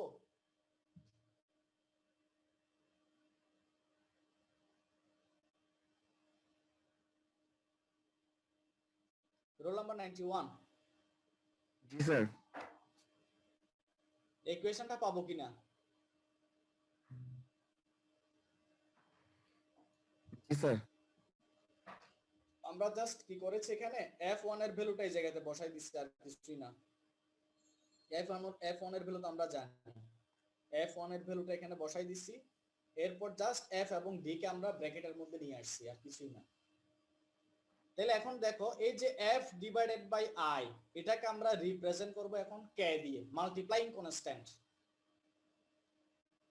তাহলে এটা d ইকুয়ালস টু ks হবে, আর এই যে f প্লাস d এটাকে আমরা একটা কনস্ট্যান্ট দিয়ে রিপ্রেজেন্ট করি, অ্যাডিটিভ কনস্ট্যান্ট, যেটাকে আমরা ক্যাপিটাল c দিয়ে রিপ্রেজেন্ট করি, অ্যাডিটিভ কনস্ট্যান্ট। তাহলে f প্লাস d মিন্স, তাহলে এটা হচ্ছে d আর f হচ্ছে এদিকের যদি আমরা f ধরি অথবা এদিকে আমরা f টা ধরতে পারি, দুই পাশেই ফোকাল ডিসটেন্সটা ধরা যায়, এই পাশে অথবা এই পাশে। এটা আমরা এই ডায়াগ্রাম থেকে আরো ক্লিয়ার হবে। এই যে f টা কি ছিল, লেন্সের সেন্টার থেকে অপটিক্যাল সেন্টার থেকে প্রিন্সিপাল ফোকাল পয়েন্ট পর্যন্ত ডিসটেন্স হচ্ছে f, আর স্মল সি অর ডি, পরবর্তীতে যেটা আমরা ডি ইউজ করতেছি ইকুয়েশন, ওই ডিটা হচ্ছে আসলে এখানকার সি। দ্যাট মিন্স ভার্টিক্যাল অ্যাক্সিসের সেন্টার থেকে এই অপটিক্যাল সেন্টার পর্যন্ত যে ডিসটেন্স, এই দুইটাকে আমরা একসাথে ক্যাপিটাল সি দিয়ে রিপ্রেজেন্ট করি, সি প্লাস এফ। এখানে আমরা যেটা বলতেছি আসলে এফ প্লাস ডি একই জিনিস, সে কারণে আমরা এটাকে অ্যাডিটিভ কনস্ট্যান্ট, যেহেতু অ্যাড করতেছি দুইটা ভ্যালুকে, অ্যাডিটিভ কনস্ট্যান্ট নাম দিয়ে আমরা সি হিসেবে রিপ্রেজেন্ট করতেছি। তাইলে আমরা ডি কে simply K S plus C হিসেবে লিখতে পারি। বুঝা গেছে এতটুকু? জি sir. Okay. Above equation is known as the distance equation. That means horizontal distance equation. In order to get the horizontal distance, therefore the staff intercept S is to be found. তাহলে এখানে আমাদের S টা বের করতে হবে, staff intercept টা, by subtracting the staff reading corresponding to the top and bottom stadia here. এটা কি বের করা যাবে? আমরা stadia hair, that means staff ইন্টারসেপ্টটা কিভাবে বের করব বলতে পারবা? যদি আমরা স্টেডিয়া রোডের রিডিং গুলা জানি, তাহলে ডিফারেন্স। হ্যাঁ, ফার্স্ট রিডিং এবং থার্ড রিডিং এর যে ডিফারেন্স, আমরা তো তিনটা রিডিং নিব। ফার্স্টটা হচ্ছে আপার, সেন্টারেরটা হচ্ছে সেকেন্ড, লোয়ারেরটা হচ্ছে থার্ড। তাহলে ফার্স্ট এবং থার্ড রিডিং এর যে ডিফারেন্স, সেটাই হচ্ছে আমার S. The constant k equals to f by I is known as the multiplying constant or stadia interval factor, and the constant f plus d equals to c is known as the additive constant of the instrument.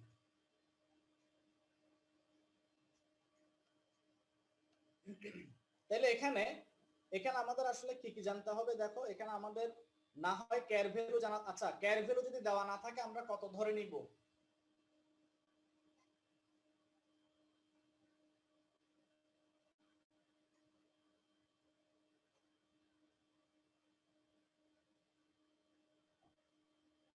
Role number 95। জি sir. এখানে বলো তো k এর value, that means multiplying কনস্ট্যান্টের value যদি দেওয়া না থাকে তাহলে আমরা কত ধরতে পারবো? নমিনাল ভ্যালুটা কত?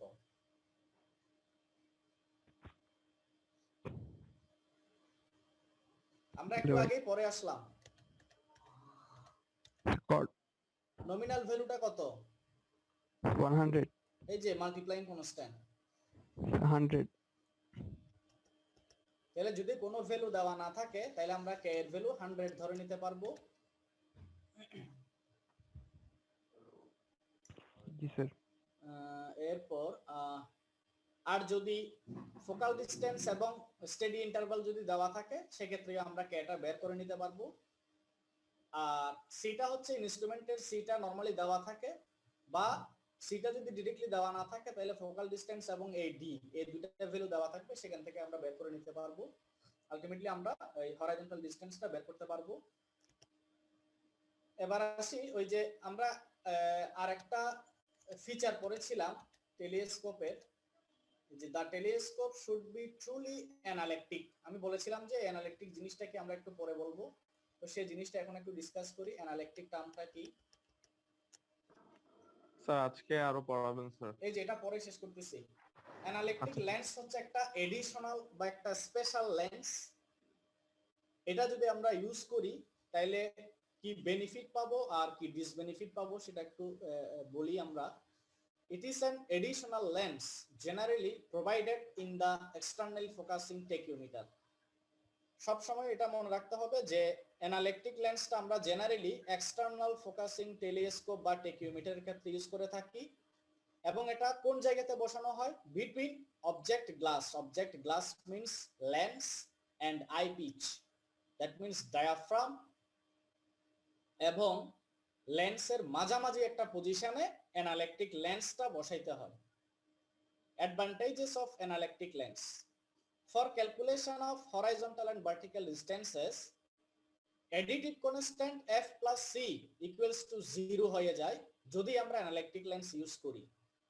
if tachymeter is provided with analytic lens, calculation becomes simple. তাইলে ওই ডিসটেন্সের বা এলিভেশনের ইকুয়েশনে যদি এই অ্যাডিটিভ কনস্ট্যান্টটা 0 হয়ে যায় তাহলে আমার কিন্তু টোটাল ফর্মুলেশনের ক্যালকুলেশনটা কিন্তু সিম্পল হয়ে যাবে। এখন প্রশ্ন হচ্ছে f প্লাস সিটা কিভাবে জিরো হয়? তাহলে এখানে f প্লাস সি মিন্স ডিসটেন্সটা ছিল ইনস্ট্রুমেন্টের সেন্টার থেকে ফোকাল পয়েন্টের যেটা ডিসটেন্স সেটাই ছিল f আর সি, মনে আছে? জি স্যার। f আর সি হচ্ছে কি, আমরা যদি টোটাল বলতে যাই ইনস্ট্রুমেন্টের সেন্টার থেকে, দ্যাট মিন্স ভার্টিক্যাল এক্সিস থেকে এই ফোকাল পয়েন্টের প্রিন্সিপাল ফোকাল পয়েন্টের যে ডিসটেন্স সেটাই হচ্ছে আমার f প্লাস সি। তাহলে এটা জিরো হবে কখন? যদি প্রিন্সিপাল ফোকাল পয়েন্টটা ইনস্ট্রুমেন্টের সেন্টার পয়েন্টে চলে আসে। বুঝা গেছে? যদি প্রিন্সিপাল ফোকাল পয়েন্টটা ইনস্ট্রুমেন্টের সেন্টারে যদি রিপ্লেস হয় তখনই f প্লাস সিটা কি হয়ে যাবে? জিরো হয়ে যাবে। তাহলে এটা কখন সম্ভব? যদি আমরা ওই যে লেন্স এবং আইপিসের মাঝখানে যদি অ্যানালিটিক লেন্স ইউজ করি, এই লেন্সের কাজ হচ্ছে প্রিন্সিপাল ফোকাল পয়েন্টটা ইনস্ট্রুমেন্টের সেন্টারে নিয়ে আসা। তাহলে সেক্ষেত্রে আমরা এই অ্যাডিটিভ কনস্ট্যান্টটাকে জিরো করে ফেলতে পারবো। এটা হচ্ছে আমার বেনিফিট, দ্যাট মিন্স ক্যালকুলেশনটা সিম্পল হয়ে যাবে। ডিসঅ্যাডভান্টেজ গুলো কি? The analytic lens absorbs some of the incident light, which consequently results in reduction of the brightness of the image. তাহলে এটা করে কি, যে কিছু ইনসিডেন্ট লাইটকে অ্যাবজর্ব করার কারণে ইমেজের ব্রাইটনেস রিলেটিভলি একটু কমে যায়। It also adds to the initial cost of the instrument because of one extra lens. তাহলে এটা যেহেতু কস্টলি একটা লেন্স, এই ক্ষেত্রে আমাদের কস্টটাও বেড়ে যাচ্ছে। যদিও অনেক ক্ষেত্রে কিন্তু ক্যালকুলেশন সিম্পলিফাই করার জন্য যখন অনেকগুলো রিডিং নিতে হয়, অনেকগুলো যখন স্টেশন হয় বা অনেকগুলো যখন স্টেডিয়া রিডিং নিতে হয়, তখন আমরা অনেক সময় অ্যানালিটিক লেন্স ইউজ করে কাজগুলো করতে পারি। যদিও মাঝে মধ্যে ইমেজের ব্রাইটনেসের সমস্যা হয় বা ইনিশিয়াল কস্ট একটা ব্যাপার, তারপরে আমরা হিসাবের সুবিধার্থে অ্যানালিটিক লেন্সটাকে ইউজ করে থাকি। আর এটা কি one kind of negative lens? হ্যাঁ, বলা যায়। নেগেটিভ লেন্স বলা যাবে না, অনেকটা নেগেটিভ লেন্স যেভাবে ইউজ করা হয় অ্যানালিটিক লেন্সও ঠিক সেভাবে ইউজ করা হয় আর কি। এখানে আরেকটা ব্যাপার একটু বলি, যদিও এখানে বলা হয় নাই। যেমন ধরো যে এই যে লেন্সটা শুধু এক্সটার্নাল ফোকাসিং টেলিস্কোপে কেন আমরা ইউজ করি, ইন্টারনালে ইউজ করা যায় না? এই প্রশ্নটা কেউ করো নাই। এই লেন্সটা ইন্টারনাল ফোকাসিং টেলিস্কোপ ইউজ করা যাবে না? কি মনে হয়? ওখানে তো অলরেডি স্যার একটা নেগেটিভ লেন্স আছে। ওই নেগেটিভ লেন্স থাকার কারণে f plus C, that means additive constant যেটা, এটার ভ্যালুটা অলমোস্ট জিরোর কাছাকাছি হয়। অলমোস্ট জিরোর কাছাকাছি, যদিও বা এক্স্যাক্টলি জিরো না, অলমোস্ট জিরোর কাছাকাছি, দ্যাট মিন্স একটা নেগলিজিবল অ্যামাউন্ট হয়। তো যার কারণে ইন্টারনাল ফোকাসিং টেলিস্কোপের ক্ষেত্রে অ্যানালিটিক লেন্সটা আলাদাভাবে ইউজ করতে হয় না।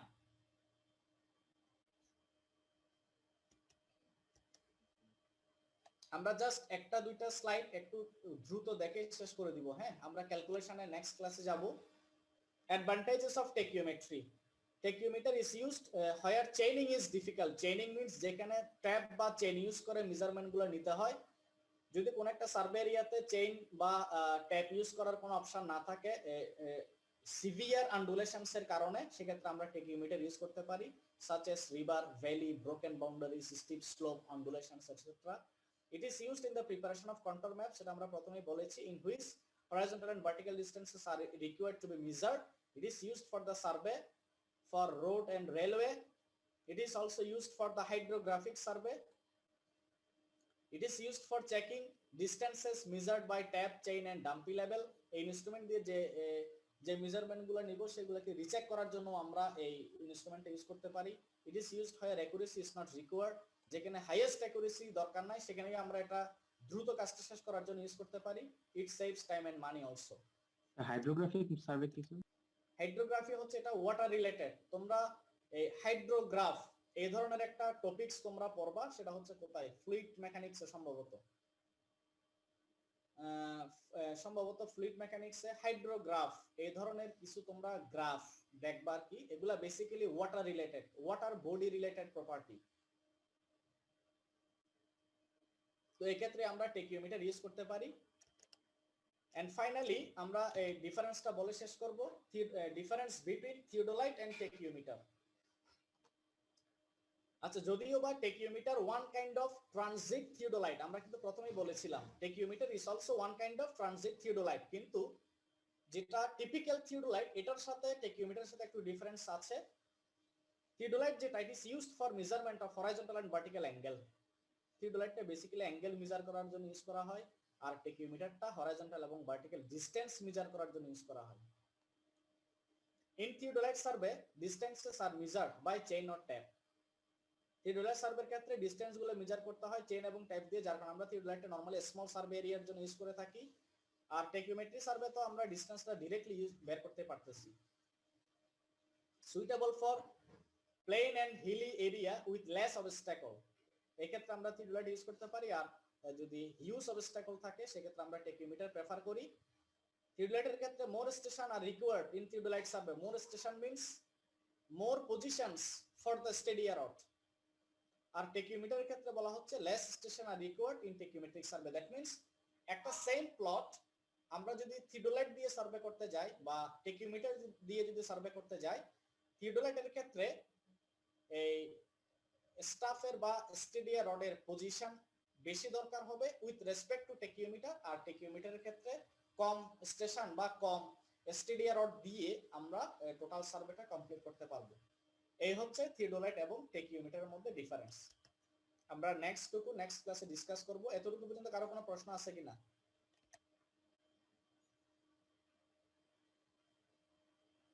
Sir Hello? স্লাইডটা কি আজকে দিয়ে দিতে পারবেন? আমি দিয়ে দিব, সমস্যা আজকে দিয়ে দিব। আর কারো কোনো আচ্ছা প্রশ্ন স্যার, আছে? যদি এখন স্যার আপাতত নাই, যদি থাকে স্যার নেক্সট ক্লাসের শুরুতে Okay. জিজ্ঞাসা করেন। ওকে, ঠিক আছে, তাহলে আজকে এই পর্যন্তই থাক। স্যার যে কে জানি কিছু বলতে চাচ্ছিল, হ্যাঁ, এই বলো। প্রবলেম আছে। স্যার ক্যালকুলেশন কি আমাদের এক্সামে আসে, যে সূত্রে যে calculation D equal S? Calculation গুলো হয়তো বা ডেরিভেশন হিসেবে আসবে না, কিন্তু কোনো প্রবলেম আসলে তো ইউজ করতে হবে। আর ইকুয়েশন গুলো আসলে খুব বেশি একটা কমপ্লেক্স না, তোমরা দেখলে বুঝতে পারবা, জি স্যার। এগুলো মনে রাখা খুব ইজি। স্যার আগের দিনে যেটা পড়াইছিলাম স্যার, সেটার মধ্যে একটা যে ইকুয়েশন ছিল del del A equal plus minus beta root over cot square C plus cot square A. Sir এই লাইনটুকু স্যার বুঝি নাই যেটা কিভাবে আসছে। এটা আচ্ছা, এটা তো আমাদের ওই স্লাইডে যেতে হবে। এটা হচ্ছে কি, আমি জাস্ট বলেছিলাম প্রবাবল ফ্র্যাকশন এরর বের করার একটা ফর্মুলা হচ্ছে root over cot square, root over A square plus B square. আমার ওই ভিডিওতে আমি ক্লিয়ারলি বলার চেষ্টা করছি, তুমি আরেকটু দেখিও। তুমি কি ভিডিওটা দেখছিলা? না স্যার, ভিডিও পরে দেখা হয় নাই। তাহলে ভিডিও দেখিও আগে, না দেখে তো বললে হবে না, দেখার পরে বুঝতে পারো কিনা দেখিও। ওখানে আমি কয়েকবার বলার চেষ্টা করছি। হ্যাঁ, আগে ভিডিওটা দেখো, যদি না বুঝো তাহলে আমি নেক্সট ক্লাসে আবার রিপিট করব, সমস্যা নাই। Thank you sir. আর কেউ কিছু বলবা?